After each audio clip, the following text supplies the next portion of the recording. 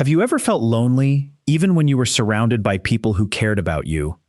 Do you sometimes struggle to explain what you're feeling, as if the words are trapped somewhere deep inside? Have you ever wondered why you work so hard to make other people happy, yet still feel like you're somehow not enough? And what if those feelings didn't begin in adulthood at all? What if they quietly started long before you even knew how to put your emotions into words? For many people, emotional neglect isn't something they immediately recognize. Unlike physical abuse or obvious conflict, it often leaves no visible scars. There may have been food on the table, clothes to wear, and a roof over your head. From the outside, everything might have looked perfectly normal, yet inside, something important may have been missing. Sometimes emotional neglect isn't about what happened to you. It's about what didn't happen. The comfort that never came, the questions no one asked, the reassurance you quietly wished for but rarely received.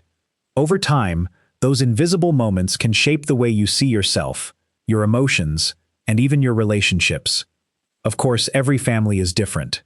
Parents are human too, and many genuinely love their children while struggling with their own stress, trauma, or emotional limitations. Experiencing one or even several of the signs we'll discuss doesn't automatically mean you were emotionally neglected. Human experiences are rarely that simple. Instead, this video is meant to gently explore patterns that many people recognize only years later. Sometimes understanding those patterns can help explain why certain struggles continue into adulthood, and with awareness often comes the possibility of healing. So, if you've ever wondered why some emotions feel so difficult to understand, or why certain relationships leave you feeling exhausted, let's explore this together. Here are 10 signs you may have experienced emotional neglect as a child. Number 1. You struggle to identify your own emotions. Imagine someone asking a simple question, "How are you feeling?" Instead of answering immediately, your mind goes blank. You pause. You think. You search for the right words. Eventually, you reply with something vague. "I'm okay. I'm just tired. I don't know." Maybe you've had moments where you felt overwhelmed but couldn't explain why. Or perhaps your emotions seem to come out all at once after you've held them in for weeks. When children grow up in emotionally responsive homes, parents often help them put feelings into words. "You seem disappointed. I know you're frustrated. It's okay to feel scared." These simple conversations teach children that emotions are normal, understandable, and safe to express. But when those conversations rarely happen, children may never fully develop that emotional vocabulary. Instead of learning to recognize sadness, disappointment, fear, or loneliness, they simply learn to ignore whatever they're feeling. Psychologists sometimes refer to this process as emotional invalidation. Over time, children begin disconnecting from their inner emotional world because nobody helped them understand it. As adults, this can make relations surprisingly difficult. You might know something feels wrong but struggle to explain it, even to the people you trust most.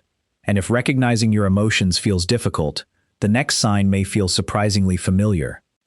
Number 2. You apologize even when you've done nothing wrong. Someone bumps into you. Almost instantly, you say, "Sorry."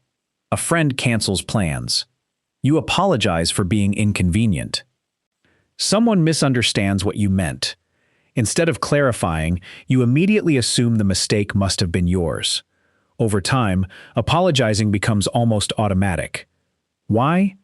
Children naturally depend on their caregivers for safety and connection. When emotional needs are regularly dismissed, criticized, or ignored, some children begin believing that maintaining peace is more important than expressing themselves. Slowly, they learn that taking responsibility, even for things outside their control, feels safer than risking conflict. This pattern is closely connected to what psychologists call the fawn response, a survival strategy where pleasing others becomes a way to avoid rejection or emotional discomfort. Years later, that habit often remains. You may carry guilt that doesn't belong to you. You may constantly worry about disappointing people. You may even apologize simply for existing. Of course, kindness and accountability are healthy qualities. But when apologizing becomes your default response to almost everything, it may be worth asking yourself where that habit first began. And sometimes, the answer lies much earlier than we expect. Number 3. You find it incredibly difficult to ask for help. Picture this. You've been overwhelmed for weeks. Your workload is piling up. You're emotionally exhausted. Deep down, you know talking to someone would help. But instead, you tell yourself, I can handle it. I don't want to bother anyone. Other people have bigger problems than I do. So you keep carrying the weight alone. If this feels familiar, it may not be because you're naturally independent. Sometimes, it's because you learned very early that asking for support didn't lead to comfort. Maybe your parents were often too busy to notice your struggles. Maybe they expected you to toughen up. Or perhaps your emotions were met with responses like, you'll be fine, or stop making such a big deal out of it. Over time, your brain adapts. According to attachment theory, children learn whether it's safe to depend on others based on how caregivers respond to their needs. When those needs are repeatedly overlooked, a child may begin believing that relying on other people only leads to disappointment. As an adult, this can look like extreme self-reliance. You solve everyone's problems but rarely share your own. You become the dependable friend, the responsible coworker, or the family member who never asks for anything. The irony is that you may secretly wish someone would notice you're struggling, without you having to say a word. Of course, enjoying independence isn't a bad thing, but if asking for help feels almost impossible, it might be worth exploring whether that belief was learned rather than chosen. And that leads to another sign that's often hidden beneath the surface. Number 4, you feel guilty for having emotional needs. Imagine you've had a terrible day. You want to vent to a friend. You want a hug. You want someone to simply listen. But before you even send a message, another thought appears. I'm probably being too needy. I shouldn't complain. People must be tired of hearing about my problems. So instead, you stay quiet. Many emotionally neglected children grow up believing their feelings take up too much space. Not because anyone explicitly said those words, but because their emotional needs were consistently overlooked or minimized. If every time you cried you were told to stop, or every time you expressed fear you were told to be strong, you may have learned that your emotions were inconveniences rather than important signals. Psychologists often describe emotions as internal messengers. They tell us when something matters, when we're hurt, when we need connection, or when our boundaries have been crossed. But if you spend years ignoring those messengers, eventually you stop trusting them altogether. As an adult, this can make receiving care feel strangely uncomfortable. Someone offers kindness, and your first instinct is to apologize. Someone supports you, and you immediately feel like you owe them something in return. Healthy relationships involve both giving and receiving. Yet emotional neglect can make receiving feel unfamiliar, even undeserved. Remember, needing comfort doesn't make you weak, it makes you human. And if you've spent your life putting everyone else's emotions first, the next sign may explain why. Number 5, you become a people pleaser without realizing it. A friend asks for a favor, even though you're exhausted. You immediately say yes. Your coworker asks you to stay late. Again, you agree. Someone crosses one of your boundaries. Instead of speaking up, you smile and tell yourself it's not worth causing trouble. On the outside, people may describe you as kind, generous, and easygoing, and those qualities can be genuinely wonderful. But deep down, your kindness may sometimes come from fear instead of choice. Fear of disappointing someone, fear of rejection, fear that saying no could make people stop caring about you. Children naturally seek approval from the adults around them. If love or attention seemed available only when you behaved perfectly, stayed quiet, or kept everyone else happy, you may have learned to earn connection instead of expecting it. This is a form of conditioning. Over time, your brain links acceptance with self-sacrifice. The result? You become incredibly skilled at reading other people's emotions while losing touch with your own. You know exactly what everyone else needs. But if someone asks what you need, you don't know how to answer. Of course, being thoughtful and compassionate is something to be proud of. The goal isn't to stop caring about others. It's to remember that your own needs deserve kindness too. Because when you're constantly pouring into everyone else, it's easy to forget that your own cup has been empty for a very long time. Number 6, you constantly feel like you're too much or not enough. Have you ever walked away from a conversation and immediately started replaying every word you said? Did I talk too much? Maybe I was annoying. I probably made things awkward. Or maybe it's the opposite. You stay quiet because you're afraid of saying the wrong thing. Then, on the way home, you wonder why you didn't speak up at all. No matter what you do, it never seems to feel right. This quiet self-doubt is something many emotionally neglected children carry into adulthood. When your emotions, thoughts, or achievements weren't consistently acknowledged, you may have grown up without a stable sense of your own worth. Instead of believing, "I'm enough just as I am," you may have learned to constantly measure yourself through other people's reactions. Psychologists call this contingent self-esteem, when your sense of value depends largely on external approval instead of an inner belief that you matter. As an adult, this can become exhausting. A small compliment can brighten your entire day, while a minor criticism can make you question everything about yourself. Of course, everyone seeks reassurance sometimes, but if your confidence rises and falls depending on how others respond to you, it may be connected to emotional needs that weren't fully met growing up. The good news is that self-worth isn't something you're born with forever. It's something that can be rebuilt, one compassionate step at a time.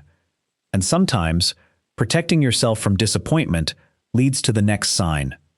Number 7, you keep people at a distance, even when you crave closeness. You want meaningful friendships. You want someone who truly understands you. Maybe you even long for a loving relationship.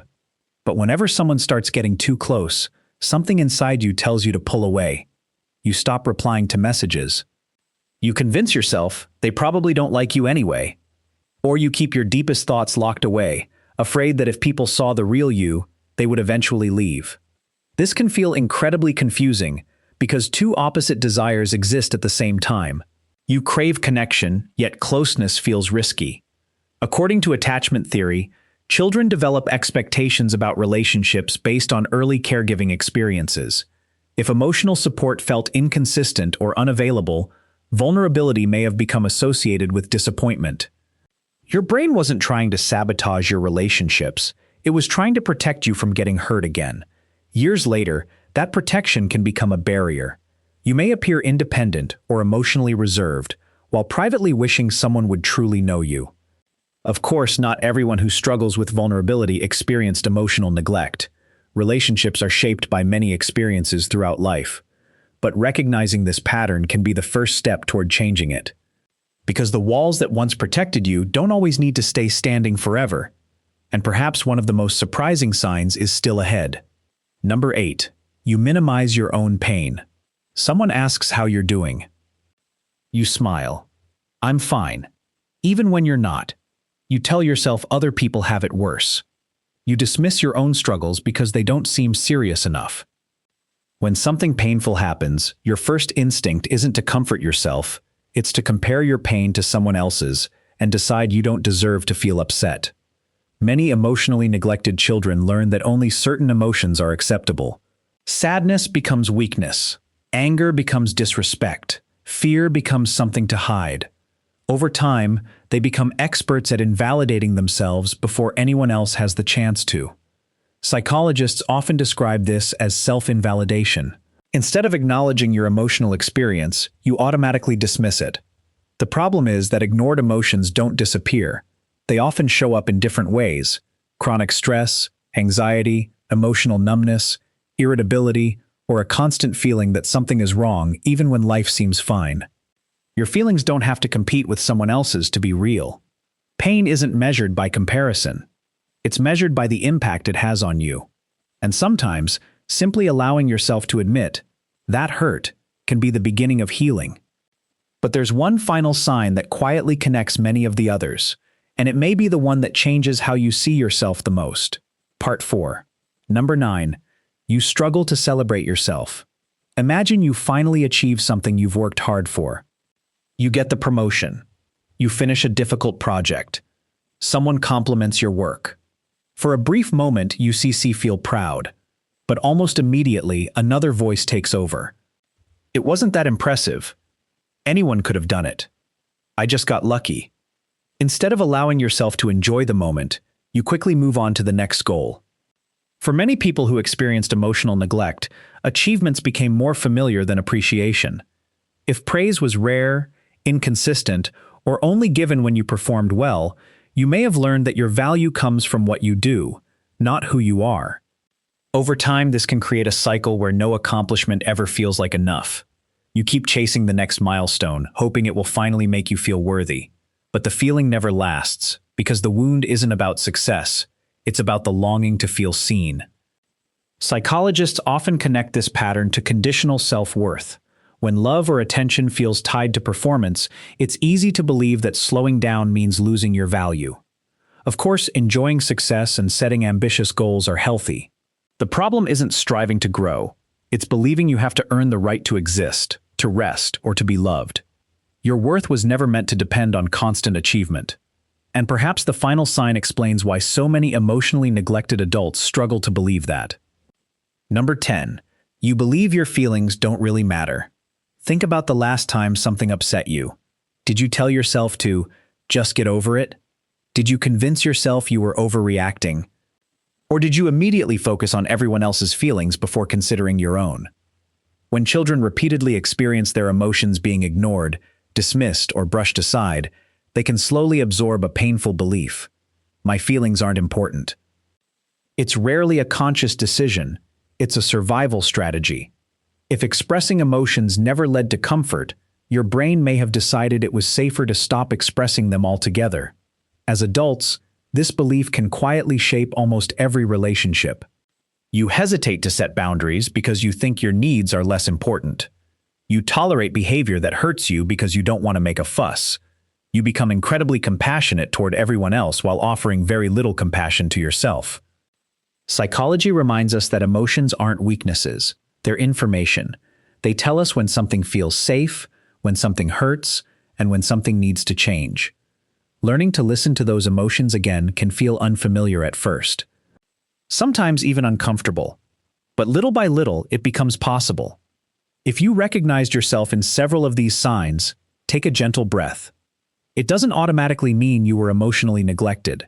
Every childhood is unique, and no single video can explain someone's entire life story. Many experiences, including personality, culture, family circumstances, and later relationships, shape who we become. Still, if these patterns resonated with you, they may be worth exploring with curiosity rather than judgment. The important thing to remember is this: what happened in childhood may explain some of your struggles, but it doesn't have to define your future. The fact that you learned to hide your emotions doesn't mean you can never understand them. The fact that you learned to put everyone else first doesn't mean your own needs don't deserve care.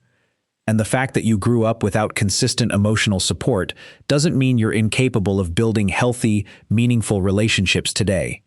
Healing rarely happens overnight. It often begins with something much smaller. Recognizing a feeling instead of pushing it away. Asking for help instead of carrying everything alone. Setting one small boundary without apologizing for it. Speaking to yourself with the same kindness you so freely give to other people. These may seem like small steps, but over time, they can completely change the relationship you have with yourself. Because emotional neglect may have taught you that your feelings didn't matter. Healing teaches you that they always did.